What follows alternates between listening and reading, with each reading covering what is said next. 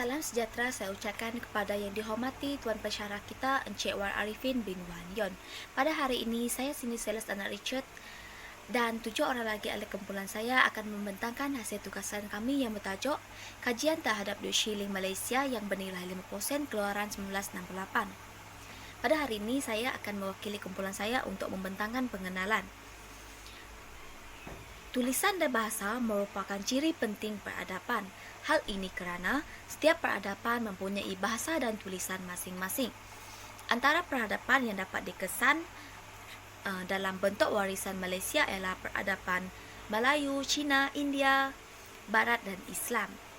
Pada masa kini, pemeliharaan warisan bertulis sudah semakin terancam tanpa kita sedar. Hal ini berkemungkinan tahap penghayatan kita terhadap peradaban ataupun etika berbeza-beza mengikut kepahaman kita. Oleh itu, kumpulan saya ingin mengkaji satu warisan bertulis di Malaysia yang sudah makin pupus, iaitu duit shilling 5% keluaran 1968. Objektif kami mengkaji duit shilling ini ialah mengkaji latar belakang duit shilling Malaysia keluaran tahun 1968 dan membincangkan kepentingan pemeliharaan warisan tempatan yang semakin terancam. Salam sejahtera, saya Felicia Roena Mangan akan menyambung pembentangan dengan membentang pernyataan masalah. Masalah yang kami temui ketika melakukan penyelidikan kajian. Yang pertama, generasi pada masa kini tidak tahu rupa bentuk dan ciri-ciri yang terdapat pada duit shilling 50 sen tersebut. Masalah yang kedua dan terakhir, bilangan duit shilling 50 sen tersebut telah menjadi semakin berkurang dan terhad. Ini kerana wang duit shilling itu tidak lagi diguna pakai pada masa kini dan masa akan datang.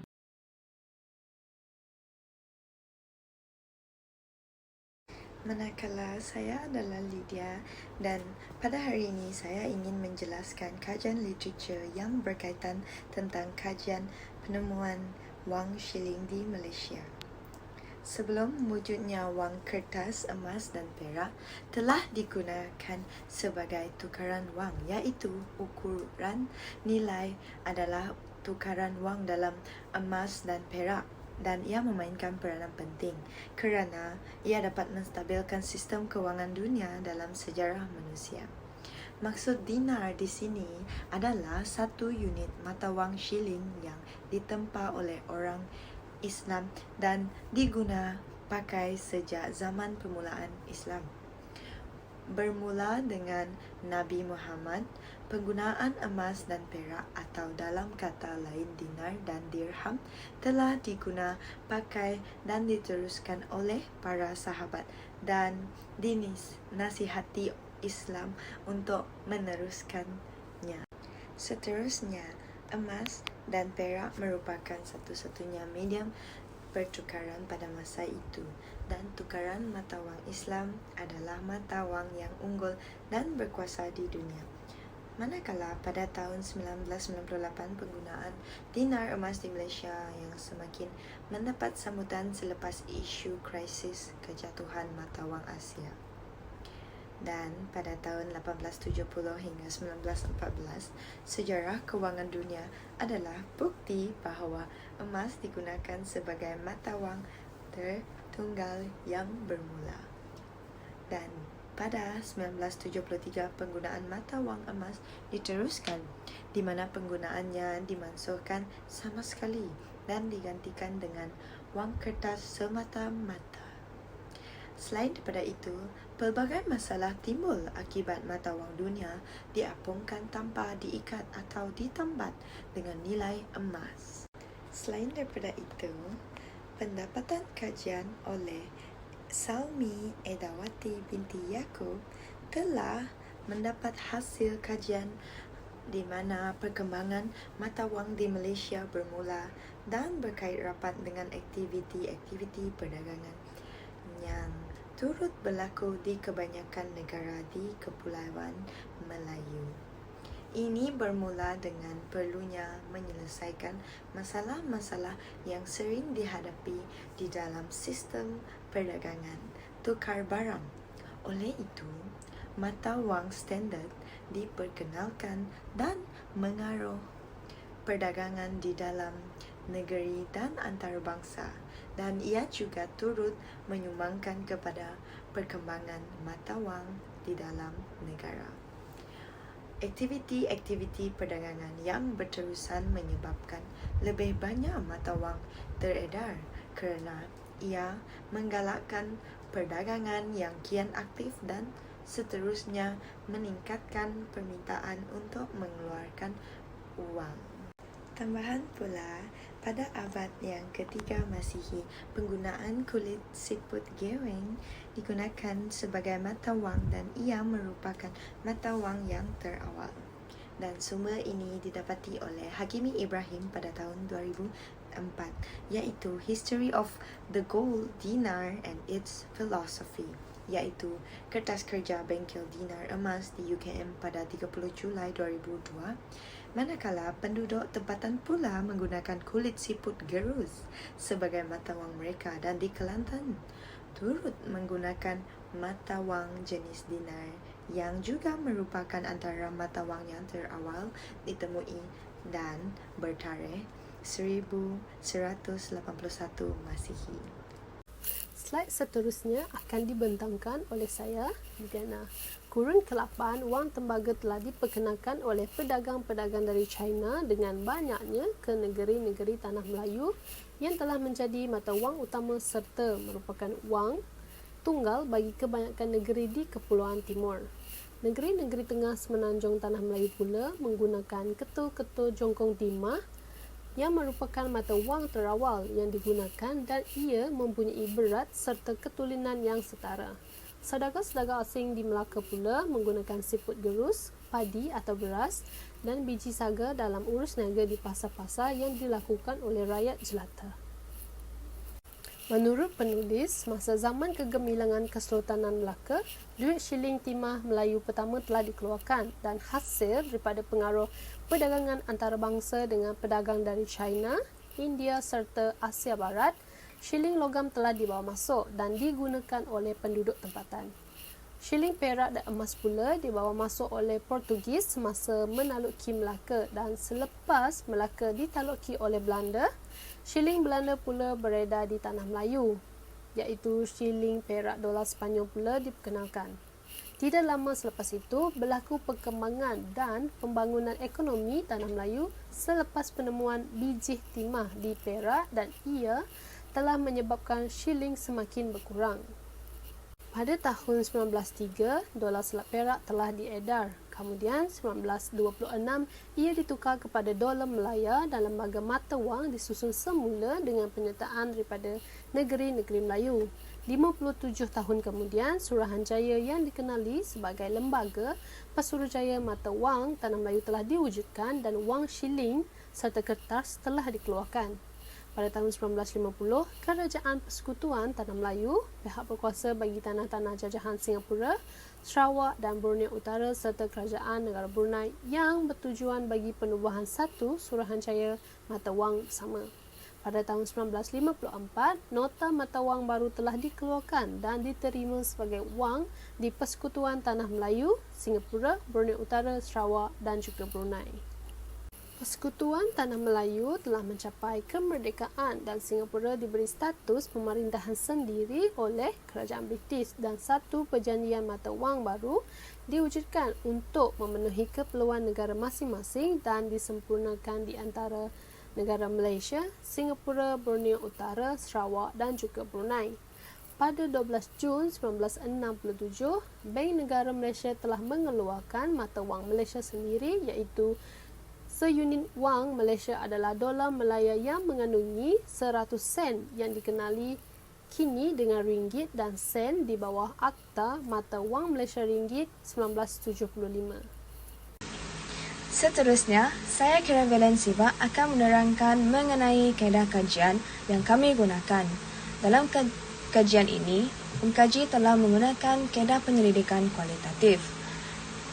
Kaedah penyelidikan kualitatif adalah bersifat deskriptif, tidak melibatkan data-data berunsurkan bentuk angka dan juga lebih kepada penguraian makna terhadap sesuatu bahan kajian.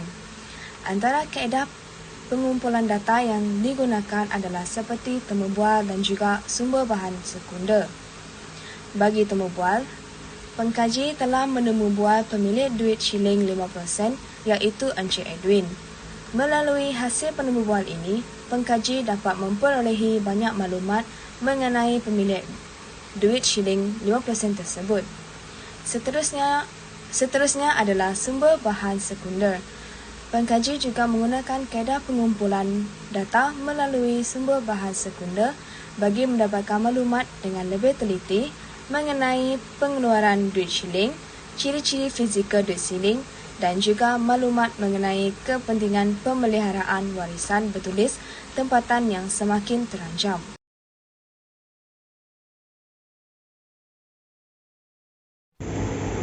Salam sejahtera, saya Claudia Liana akan membentang analisis data kajian.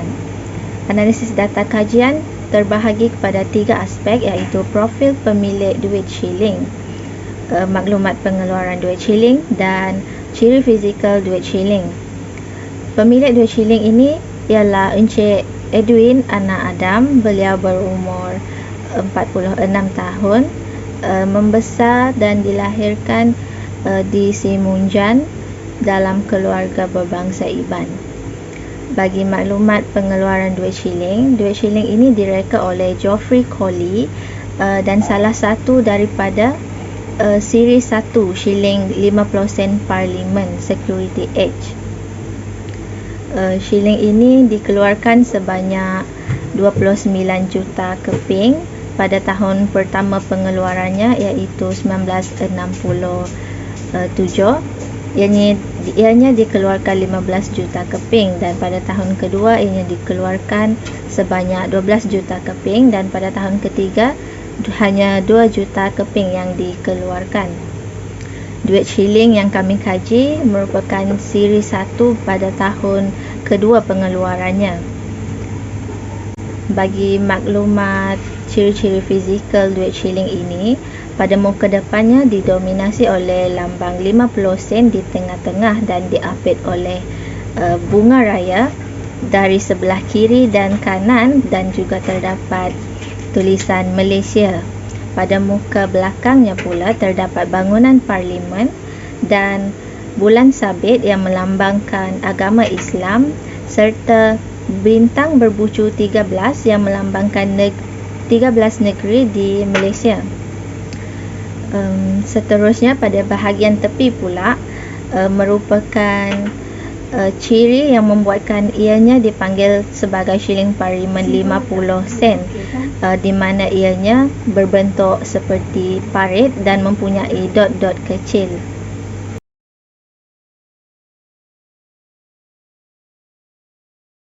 Seterusnya, dapatan kajian.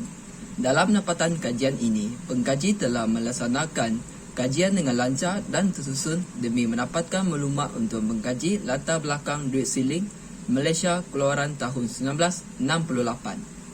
Antara kaedah yang digunakan oleh pengkaji adalah mengadakan sesi temu duga dengan Encik Edwin anak Adam yang merupakan penyimpan duit shilling ini.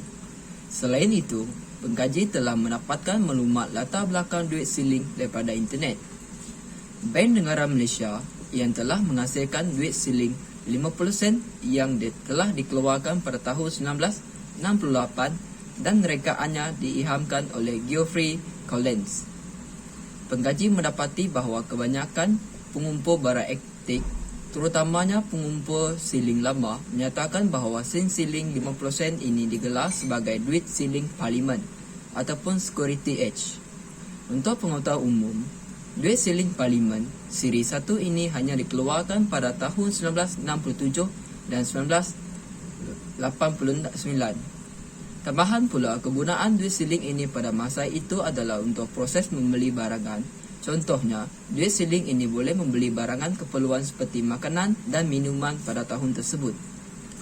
Di samping itu, pengkaji mendapati bahawa duit shilling ini mempunyai unsur-unsur dan reka bentuk yang sangat menarik perhatian. Hal ini dikatakan demikian kerana tepi duit shilling ini mempunyai parit dan dot-dot yang digelar sebagai security edge. Pada bahagian depannya pula terdapat gambar parlimen, bulan sabit dan bintang 13 pucu serta tanda GC. Tanda GC ini melambangkan angsara depan pereka duit siling tersebut. Namun, tidak semua siling siri ini terdapat tanda GC kerana masalah penempa pada masa itu. Manakala gambar parlimen adalah lambang negara Malaysia sebagai negara demokrasi. Bulan sabit dan bintang berpuju 13 merupakan lambang negara Malaysia sebagai negara Islam dan 13 negeri di Malaysia. Objektif seterusnya adalah membincangkan kepentingan memelihara warisan bertulis tempatan yang semakin terancam. Dalam duit siling 50 sen tersebut mempunyai ukuran gambar parlimen yang melambangkan bahawa negara kita Malaysia ini negara yang demokrasi. Tambahan pula, bulan sabit dan bintang berpuju 13 melambangkan bahawa agama Islam adalah agama rasmi di Malaysia. Tetapi agama lain juga bebas dianuti oleh rakyat Malaysia. Secara langsungnya, kepentingan memelihara duit siling ini perlu diperluaskan lagi demi kepentingan generasi pada masa depan. Hal ini dikatakan demikian kerana warisan bertulis di duit siling tersebut dapat mengingati generasi baharu mengenai negara Malaysia yang parlimen berharmoni dan dapat menyamai sikap menghormati antara berlainan agama untuk mengelakkan perselisihan faham berlaku. Selain itu, antara kepentingan yang lain adalah warisan bertulis ini dapat menjadi khazanah negara kita. Khazanah ini melambangkan identiti kita dan sepatutnya menjadi iktibar kepada kita semua untuk menjadikan negara kita terus membangun dan maju supaya dapat bersaing dengan negara lain. Tambahan pula, khazanah ini dapat menarik perhatian pelancong asing dan pengkaji tempatan untuk melakukan kajian mengenai khazanah kebanggaan negara kita. Secara langsungnya, kedatangan pelancong luar ini dapat meningkatkan ekonomi dan industri pelancongan di negara kita. Sekian, terima kasih.